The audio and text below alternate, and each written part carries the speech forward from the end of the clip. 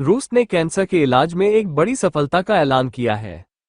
रूस ने mRNA तकनीक पर आधारित एक कैंसर वैक्सीन विकसित की है, जो ट्यूमर के विकास को रोकने में सक्षम है। रूस के स्वास्थ्य मंत्रालय के मुताबिक 2025 से यह वैक्सीन देश के नागरिकों को मुफ्त में दी जाएगी। इस वैक्सीन के क्लिनिकल ट्रायल में शानदार परिणाम आए हैं और यह इम्यून सिस्टम को मजबूत करके कैंसर से लड़ने की ताकत बढ़ाती है। रूसी राष्ट्रपति पुतिन ने भी इसे सदी की सबसे बड़ी खोज बताया। mRNA तकनीक पर आधारित यह वैक्सीन पहली बार कैंसर के खिलाफ बनाई गई है और इसके दुनिया भर में महत्वपूर्ण असर होने की उम्मीद है। भारत में कैंसर के मामलों में तेजी से वृद्धि हो रही है और इस वैक्सीन से इलाज में एक नई दिशा मिल सकती है। दुनिया के अन्य देशों में भी कैंसर वैक्सीन पर काम हो रहा है, लेकिन रूस की यह खोज ऐतिहासिक मानी जा रही है।